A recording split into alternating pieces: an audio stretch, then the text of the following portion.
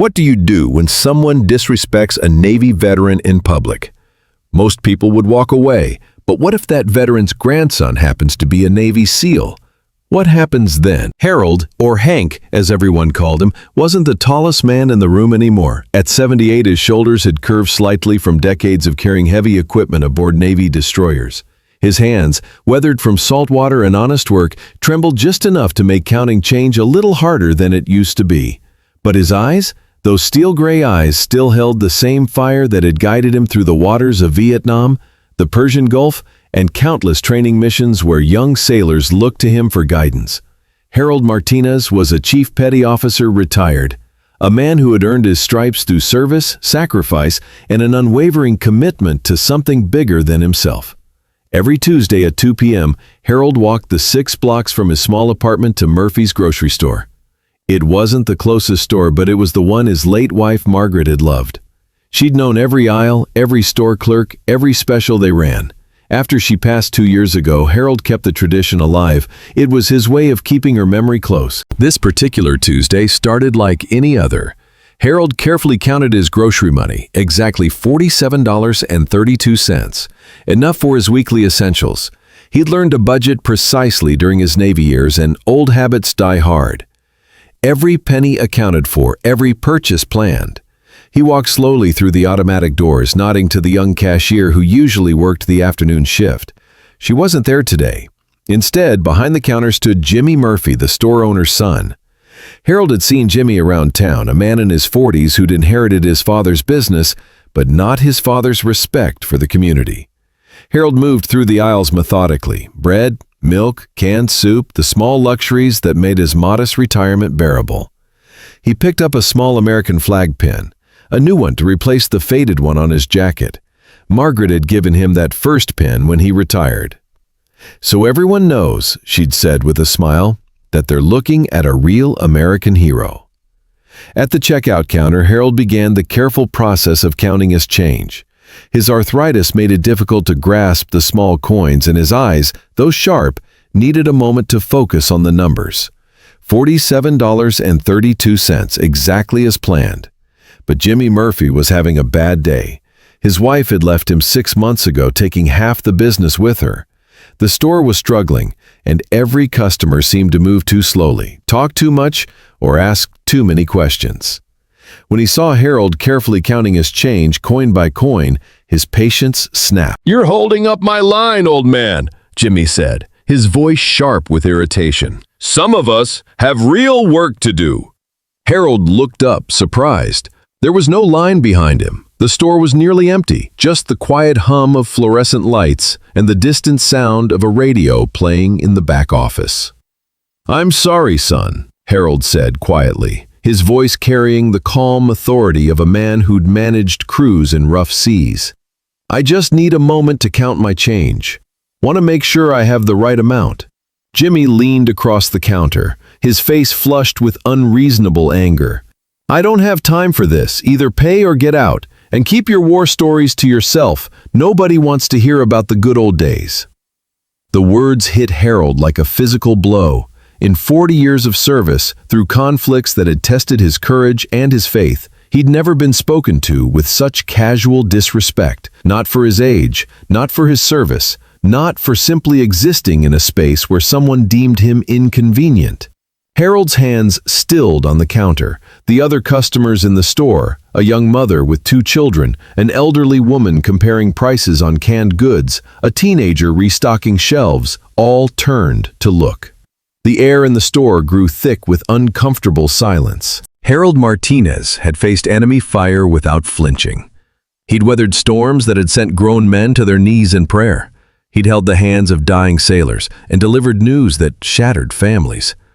But standing in Murphy's grocery store, being told that his service, his entire life's work, was just war stories that nobody wanted to hear, something inside him cracked. Not his resolve, not his dignity. Harold Martinez was too much of a man to lose those things to someone like Jimmy Murphy. What cracked was his last illusion that the country he'd served, the community he'd protected, still had a place for men like him. He finished counting his change in silence, placed it carefully on the counter, picked up his small bag of groceries, and walked toward the door. The American flag pin, the one he'd bought to replace Margaret's gift, remained on the counter, forgotten in the moment of his humiliation. As he reached the door, Harold turned back, not to argue, not to defend himself, but to say something that Jimmy Murphy would remember for the rest of his life. "I served this country for 40 years, son. I've been shot at, blown up, and left for dead. But I've never been made to feel as small as you just made me feel. I hope you never have to learn what real sacrifice looks like." The door closed behind him with a soft chime, leaving the store in absolute silence. Harold walked home slowly, his grocery bag clutched tightly in his weathered hands. 6 blocks had never felt so long. Each step seemed to echo with the weight of Jimmy Murphy's words. Nobody wants to hear about the good old days. Was that what his service had become? Just stories about the good old days? Were the nights he'd spent awake, watching for enemy ships, just nostalgic tales? Were the friends he'd lost, the battles he'd fought, the country he'd protected, just boring anecdotes from an old man who'd outlived his usefulness? By the time Harold reached his small apartment, tears were streaming down his face. Not tears of anger. Chief Petty Officer Harold Martinez was too disciplined for that. These were tears of something deeper, the profound sadness of a man who'd given everything for his country, only to discover that his country had no room for him in return. Harold sat in his favorite chair, the one Margaret had bought for his retirement, and stared at the small collection of photographs on the side table. Pictures of his Navy days, his wedding, his daughter's graduation, and his grandson's SEAL graduation. Marcus, his grandson Marcus, who'd followed in his footsteps and become something even more elite than Harold had ever been. Without fully realizing it, Harold picked up his phone and dialed Marcus's number. He wasn't sure what he wanted to say. Maybe he just needed to hear a familiar voice, someone who understood what service meant. "Grandpa Hank?" Marcus's voice was warm, concerned. "Everything okay? You sound upset." Harold tried to speak, but the words caught in his throat. How do you explain to your grandson, a man who'd earned his trident, who'd served with honor in the most dangerous places on earth, that you'd been humiliated by a grocery store clerk? "I'm fine, Marcus," Harold managed, "just missing your grandmother today." But Marcus had inherited more than just Harold's sense of duty. He'd inherited his grandfather's ability to read between the lines, to sense when something was wrong. "Grandpa, what happened? Talk to me." Marcus listened without interrupting as Harold told him about the incident at Murphy's grocery store, about Jimmy Murphy's words, about the humiliation, about feeling invisible and unwanted in the country he'd served. When Harold finished, there was a long silence on the other end of the line. "Grandpa," Marcus said finally, his voice carrying a quiet intensity that Harold recognized. It was the same tone Harold had used when addressing his crew before a dangerous mission. "You raised me to believe that respect isn't just given, it's demanded, and sometimes it's enforced. Marcus, I don't want you to do anything rash." "Grandpa, I'm not going to do anything rash. I'm going to do something necessary. You taught me that when someone disrespects the flag, they disrespect everyone who's ever served under it. You taught me that when someone disrespects a veteran, they disrespect the very foundation of our freedom." Harold could hear movement on the other end of the line. Marcus was already in motion. "I'm 20 minutes away, Grandpa. I was at the base with my team. We were just finishing up some training exercises. Marcus, please. Grandpa, you've never asked me for anything. You've never used your service to demand respect. You've never made anyone feel bad for not understanding what you've sacrificed. But today, someone decided that your service doesn't matter. They decided that you don't matter, and that's where I draw the line." 20 minutes later, Jimmy Murphy was beginning to forget about his encounter with Harold Martinez. The store had returned to its normal afternoon rhythm. A few customers, quiet conversations, the routine of small-town commerce. That's when he heard it, a sound that made everyone in the store stop what they were doing and look toward the front windows, the deep, rhythmic thump of helicopter rotors. Outside Murphy's grocery store, a military helicopter was descending into the empty lot across the street. It wasn't a massive transport, just a standard military utility helicopter, but in small-town Texas, it might as well have been a UFO. Jimmy Murphy pressed his face to the window, watching as 6 figures in military fatigues jumped out of the helicopter. They moved with the precision and purpose that only comes from years of elite training. Their faces were painted with camouflage, their equipment top tier, their bearing unmistakably professional. But what caught Jimmy's attention wasn't their gear or their training, it was the way they moved, like a pack of wolves with a specific target in mind. They were heading straight for his store. The front door of Murphy's grocery store opened with the same soft chime it had made when Harold Martinez left 20 minutes earlier. But this time, instead of one elderly man carrying groceries, 6 Navy SEALs entered in perfect formation. The store fell completely silent. The young mother with 2 children instinctively moved her kids behind her. The elderly woman, comparing prices, stood frozen in the canned goods aisle. The teenager, restocking shelves, stopped mid-motion, a box of cereal still in his hands. And Jimmy Murphy, who 20 minutes earlier had been so quick to dismiss an old man's service, found himself face to face with the most elite fighting force in the world. The lead SEAL, a man whose name tape read Martinez, stepped forward. Under his face paint, his features were strikingly similar to Harold's. The same steel gray eyes, the same determined jawline, the same quiet authority that comes from leadership under pressure. "Are you Jimmy Murphy?" Marcus asked, his voice calm, but carrying the unmistakable edge of controlled anger. Jimmy nodded, unable to speak. "I'm Petty Officer Marcus Martinez, United States Navy SEALs. 20 minutes ago, you had an interaction with my grandfather, Chief Petty Officer Harold Martinez, retired. I'd like to discuss that interaction." Jimmy Murphy's mouth went dry. Around him, the other customers watched in stunned silence. This wasn't something you saw every day in small-town Texas. A SEAL team confronting a local business owner. I don't know what you're talking about," Jimmy stammered. Marcus smiled, but there was no warmth in it. "Let me refresh your memory. An 78-year-old Navy veteran came into your store to buy groceries.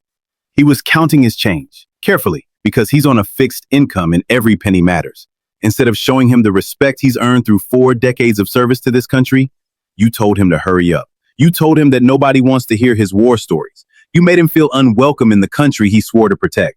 Each word was delivered with surgical precision, cutting through Jimmy's defenses like a knife through paper. "Sir, I was having a bad day. We all have bad days." Marcus interrupted. "But we don't all take them out on veterans who've earned the right to count their change in peace." Marcus stepped closer, his team maintaining perfect formation behind him.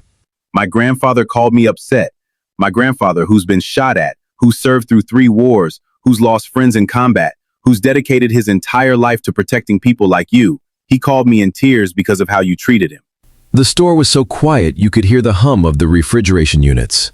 "Do you know what my grandfather did after he left your store?" Marcus continued. "He went home and questioned whether his service mattered.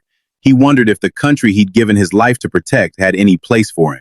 An American hero sitting in his apartment, made to feel worthless by someone who's never risked anything for anyone." Jimmy Murphy looked around his store, at the customers who were watching with a mixture of fear and fascination, at the teenager who worked for him and was now seeing his boss confronted by Navy SEALs, at the American flag hanging limply in the corner that he'd never really noticed before. For the first time in years, Jimmy Murphy was seeing his actions through someone else's eyes, and he didn't like what he saw.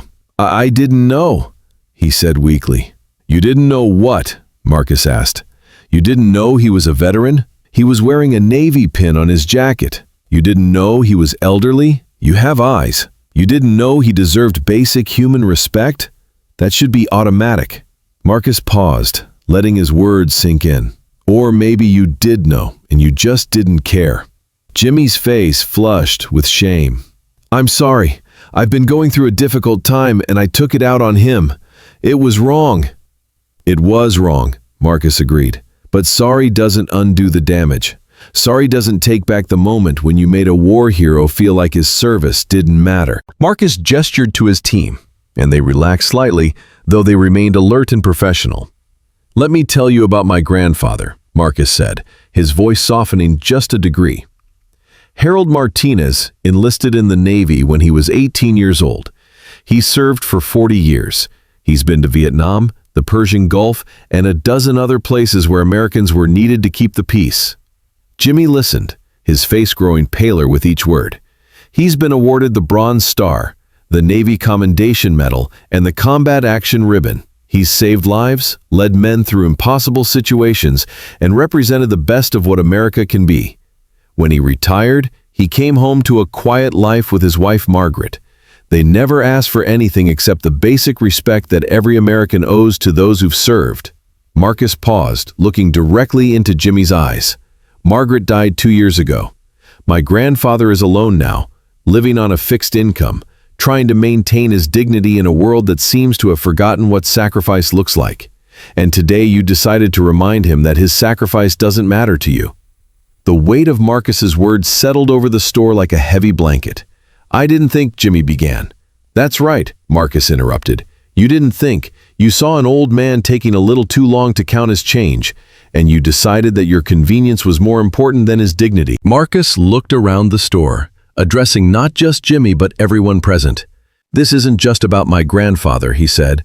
This is about how we treat our veterans, our elderly, our neighbors. This is about what kind of community we want to be. He pointed to the American flag in the corner. That flag represents more than just a piece of cloth. It represents the idea that in America, we take care of each other, we respect those who've served, we honor those who've sacrificed, and we never, ever make someone feel small just because they're inconvenient. The young mother with the 2 children nodded slightly. The elderly woman in the canned goods aisle wiped her eyes. The teenager restocking shelves was staring at Marcus with something approaching awe. Every day, Marcus continued, veterans come home from service and try to integrate back into civilian life. Some of them struggle with injuries, physical and mental, from their time in combat. Some of them struggle financially.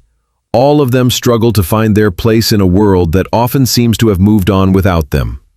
Jimmy Murphy was listening intently now, his earlier defensiveness replaced by genuine attention. When you encounter a veteran, whether they're young or old, whether they're struggling or thriving, you have a choice. You can acknowledge their service and treat them with respect, or you can ignore what they've done and treat them like everyone else. But what you can't do is treat them worse than everyone else. What you can't do is make them feel unwelcome in the country they've served. Just then, the front door chimed again. Harold Martinez walked in, moving slowly, his face showing confusion at the sight of military personnel in his neighborhood grocery store. Marcus? He said, recognizing his grandson despite the face paint and military gear. What's going on here? Marcus turned to his grandfather, his expression softening completely. Hi, Grandpa. I came to have a conversation with Mr. Murphy about respect. Harold looked around the store, at the customers watching in silence, at Jimmy Murphy's pale face, at the 5 other SEALs standing at attention behind his grandson. Marcus, I told you not to do anything rash. I didn't do anything rash, Grandpa. I did something necessary. Harold approached the counter slowly, his eyes fixed on Jimmy Murphy. Son, my grandson didn't need to come here. I didn't ask him to come here. I'm perfectly capable of handling my own problems. Jimmy nodded quickly. Yes, sir, I understand. And I want to apologize. Harold held up a hand, stopping him. I don't want your apology. I want your understanding. Harold Martinez, Chief Petty Officer, retired, stood at the counter of Murphy's grocery store and delivered what would become the most important speech of his life. I've been coming to the store for 2 years, he said, his voice carrying the quiet authority of a man who'd spent decades being heard over the noise of military life. Every Tuesday at 2 p.m., I walk 6 blocks from my apartment to buy my groceries. I don't come here because it's the closest store. I come here because it's where my wife Margaret liked to shop. He paused, looking directly at Jimmy Murphy. Margaret died 2 years ago. She was 74 years old and she'd been fighting cancer for 3 years. During those 3 years, while she was getting weaker and sicker, I took care of her. I fed her, I bathed her, I held her hand during the worst of it. And when she died, I kept coming to this store because it was one of the few places where I still felt close to her. The store was completely silent, except for the sound of Harold's voice. Today, for the first time in 2 years, I questioned whether I was welcome here. Not because of anything Margaret would have wanted, but because a man who's never served anyone but himself decided that my service, my entire life's work, was just war stories that nobody wanted to hear. Harold's voice remained steady, but there was pain in his eyes. "I've buried friends, son. I've held dying men in my arms and promised them that their sacrifice mattered. I've written letters to wives and mothers explaining why their husbands and sons weren't coming home, and I've done it all believing that the country I was serving was worth the sacrifice." He gestured to Marcus and his team. "My grandson didn't come here to threaten you. He came here to remind you that freedom isn't free, that the rights you enjoy, the peace you live in, the security you take for granted, all of it has been purchased with the blood and sacrifice of men and women who believed that service to something greater than themselves was worth whatever price they had to pay." Jimmy Murphy stood behind his counter, tears streaming down his face. The man who 20 minutes earlier had been so quick to dismiss an old veteran's service was now seeing that veteran, really seeing him, for the first time. "Mr. Martinez," Jimmy said, his voice breaking, "I am so sorry. I've been angry about my own problems, and I took it out on you. There's no excuse for what I said or how I treated you." Harold nodded slightly. "I accept your apology, son, but I want you to understand something. I'm not the only veteran in this town. I'm not the only person who served this country and is now trying to live a quiet life in retirement. When you disrespect me, you disrespect all of us." Jimmy wiped his eyes. "How do I make this right?" Harold smiled for the first time since entering the store. "You start by remembering that every person who walks through that door has a story. Every elderly person, every disabled person, every person who seems to be moving too slowly or talking too much, they all have stories, and some of those stories involve sacrifices you can't imagine." He looked around the store, at the customers who were listening to every word. "You make it right by treating every customer with respect. You make it right by recognizing that convenience is never more important than human dignity. And you make it right by remembering that in America, we take care of each other." Jimmy Murphy walked around the counter and extended his hand to Harold Martinez. "Mr. Martinez, I would be honored if you would continue to shop here, and I want you to know that you will always be welcome in this store." Harold shook his hand firmly. "I appreciate that, son, and I want you to know that I hold no grudges. We all make mistakes. What matters is what we do after we make them." Marcus stepped forward. "Grandpa, are you okay?" Harold looked at his grandson. This young man who'd become everything Harold had hoped for and more. A SEAL, a leader, a man who understood that respect must sometimes be demanded, not just requested. "I'm fine, Marcus. Thank you for coming. But next time, maybe just a phone call would be enough." Marcus grinned. "No promises, Grandpa, but I'll try to be more subtle." The other customers in the store began to applaud quietly. The young mother with 2 children approached Harold. "Mr. Martinez," she said, "I want to thank you for your service, and I want you to know that my children and I will never forget what we witnessed here today." The elderly woman in the canned goods aisle added, "We're honored to have you in our community, sir." The teenager restocking shelves simply said, "That was the coolest thing I've ever seen." As the SEAL team prepared to leave, Marcus pulled Jimmy Murphy aside. "Mr. Murphy," he said quietly, "I want you to understand something. My grandfather didn't call me to ask for revenge. He called me because he was hurt, and he needed to talk to someone who understood what service means. I came here not to punish you, but to educate you." Jimmy nodded. "I understand, and I want you to know that this will never happen again." "It better not," Marcus said simply, "because next time, I might not be so polite." But he said it with a slight smile, and Jimmy understood that while the threat was real, it was also conditional. As long as Harold Martinez was treated with respect, there would be no problems. Marcus hugged his grandfather tightly. "I love you, Grandpa. Call me anytime." "I love you too, son. Now get back to your training. The country needs you." As the SEAL team filed out of the store and back to their helicopter, Harold Martinez picked up his forgotten American flag pin from the counter. Jimmy Murphy quickly said, "Mr. Martinez, that's on the house, along with anything else you need today." Harold smiled. "Thank you, son, but I can pay for my groceries. I just need a moment to count my change." And this time, Jimmy Murphy waited patiently while Harold Martinez, Chief Petty Officer, retired, counted his change with the dignity and respect that every American hero deserves. 6 months later, Murphy's grocery store had become known throughout the county as the most veteran-friendly business in town. Jimmy Murphy had instituted a 10% discount for all veterans, and every Tuesday at 2 p.m., he personally helped Harold Martinez with his groceries. More importantly, Jimmy had learned to see his customers not as obstacles to his efficiency, but as people with stories, people with dignity, people who deserved respect simply because they were human beings. And Harold Martinez continued his weekly trips to Murphy's grocery store, where he was always greeted with a smile, always treated with respect, and always reminded that in America, service to others is never forgotten.